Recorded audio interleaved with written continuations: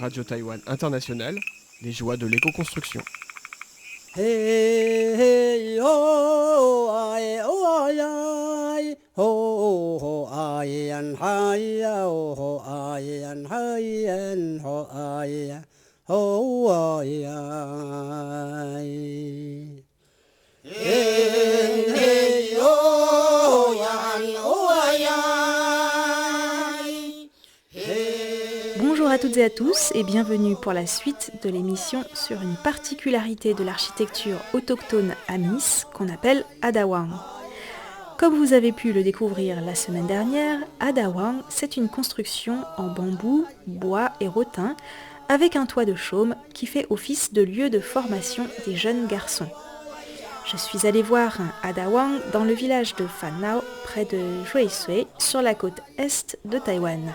J'ai été accueillie par Sra, un jeune Amis du village, qui a été choisi comme chef de sa classe d'âge et se consacre à faire vivre la culture Amis et à la faire connaître à l'extérieur.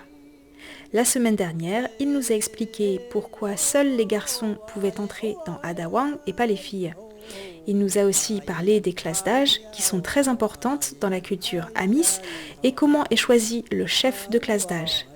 Et il nous a raconté comment s'était passée la construction de cette Adawang, notamment le rôle des anciens.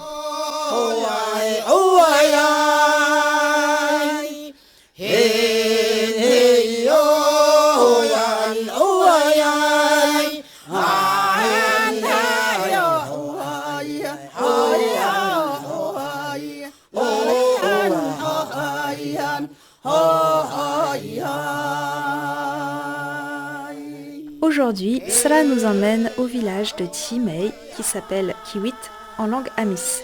C'est là d'où vient la famille de Sra. Dans les années 1950, des Amis de plusieurs villages, dont celui de Chimei, sont descendus vivre à Phan Nao, notamment parce que c'était trop compliqué pour les enfants d'aller à l'école. Ils devaient faire 5 heures de marche aller-retour tous les jours. Et vous imaginez, quand l'école est devenue obligatoire, c'était un vrai parcours du combattant.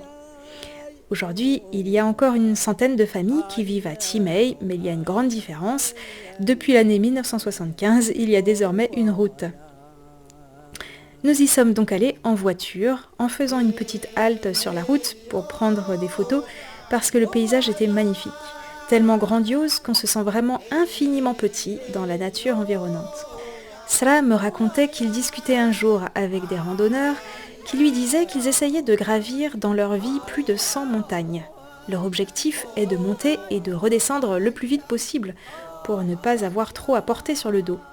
Le point de vue de Sra est totalement différent.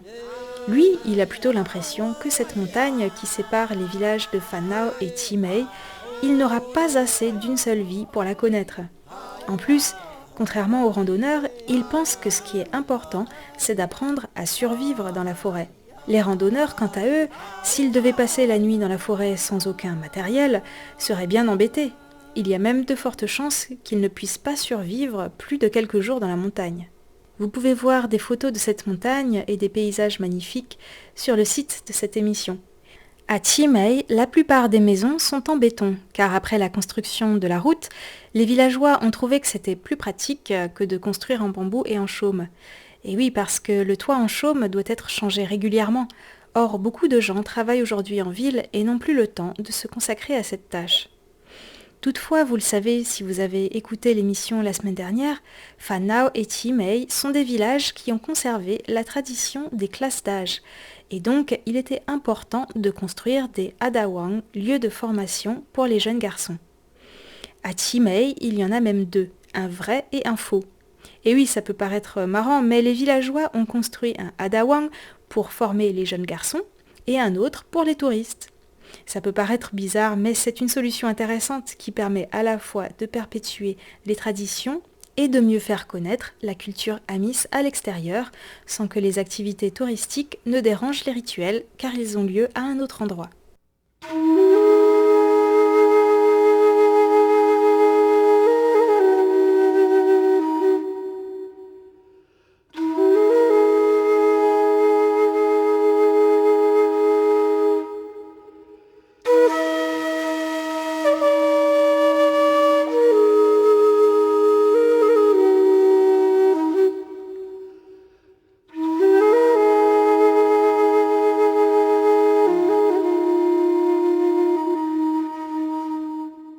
De retour à Fannao, j'ai demandé à Sra si le fait de perpétuer les traditions du village de Chimay ne posait pas de problème aux Amis qui sont originaires d'autres villages et qui se sont aussi installés à Fannao.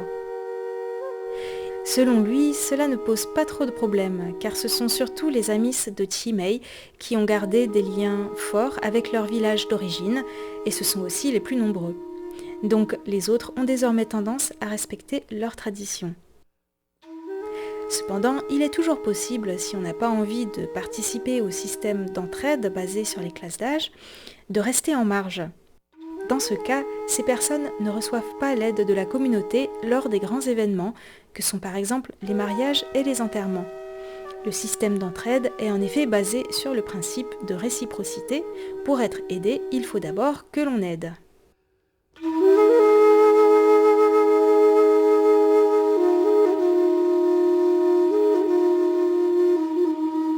J'ai aussi demandé à Sra si ce n'est pas trop fatigant de participer à ce système d'entraide alors que beaucoup de villageois travaillent désormais en ville. Sra et les anciens du village en ont conscience. C'est pourquoi ils n'insistent pas pour que tout le monde soit présent à tous les événements. Leur principe, c'est « revenez pour donner un coup de main quand vous le pouvez ». C'est-à-dire principalement au mariage, enterrement et lors de la fête des moissons qui s'appelle en langue amis « Ilissin ». Si certaines personnes ne viennent jamais, et qu'en plus on voit sur les réseaux sociaux qu'ils partent en vacances ailleurs, les anciens peuvent les exclure du système d'entraide communautaire. Mais d'après Sra, cela est très rare. La plupart des villageois réussissent à trouver des moments pour revenir au village, donner un coup de main, et pour les jeunes, pour se former dans Adawang. Fannao est donc l'un des villages où la culture amis est la mieux conservée, mais cela n'allait pas de soi. Au début des années 2000, la culture amis était en déclin dans ce village. Sra m'a raconté qu'un ancien qui s'appelle Mama et qui avait vécu à Chimay dans sa jeunesse n'arrivait pas à s'habituer à la vie à Fannao. Il était particulièrement triste de constater le recul des traditions amis. Il a alors décidé de faire quelque chose en racontant comment le village fonctionnait autrefois et ce que les villageois pouvaient faire pour faire revivre la culture amis. Il a été rejoint par d'autres personnes et petit à petit, ils ont inversé la tendance en remettant en place un système d'entraide basé sur les classes d'âge et, il y a 2 ans, en construisant cette Adawang. Sra a joué un grand rôle pour cela. Il a notamment mis à disposition un terrain. En tant que chef de sa classe d'âge, il est impliqué dans la formation des jeunes et en plus, il organise des activités pour les gens qui s'intéressent à la culture amis. Je mets le lien vers son site internet sur la page de cette émission, au cas où vous auriez envie de participer à ces activités. Cela en donne un bref aperçu. On explique notre culture, on fait visiter Adawang, mais les femmes ne peuvent pas entrer bien sûr. On est très fiers de dire que c'est un lieu de rassemblement traditionnel et que ce n'est pas un musée. On utilise vraiment ce bâtiment. On amène aussi les visiteurs dans la montagne, récolter des choses à manger, on fait la cuisine ensemble, à la manière dont on éduque les jeunes chez nous. C'est-à-dire qu'on les laisse faire par eux-mêmes, ils font des erreurs et on leur explique ensuite comment ils auraient dû faire. Dans la vie, c'est important d'apprendre de ces erreurs. Quand on a déjà rencontré des difficultés par le passé, on relativise quand on rencontre un nouveau problème. Pour finir, j'ai demandé à Sra quels étaient ses meilleurs souvenirs de la construction de Adawang. Ça n'a pas été facile de répondre car il a beaucoup de souvenirs. Mais le plus mémorable, c'était peut-être quand les anciens racontaient à cette occasion leurs souvenirs des temps anciens auprès du feu. Et le plus émouvant, c'est après la construction, le fait que de nombreux anciens sont venus offrir des objets traditionnels pour meubler Adawang. Par exemple, des nattes en rotin pour s'asseoir ou faire sécher des céréales. À propos de nourriture, cela rappelle que les Amis ne conservent pas leurs aliments par le froid, comme nous le faisons dans le frigo, mais par la fumée. Au-dessus du foyer, il y a en effet comme un frigo suspendu. Frigo avec des guillemets bien sûr. On y dispose la viande ou les herbes de médecine traditionnelle par exemple. N'hésitez pas à jeter un coup d'œil aux photos sur le site de RTI.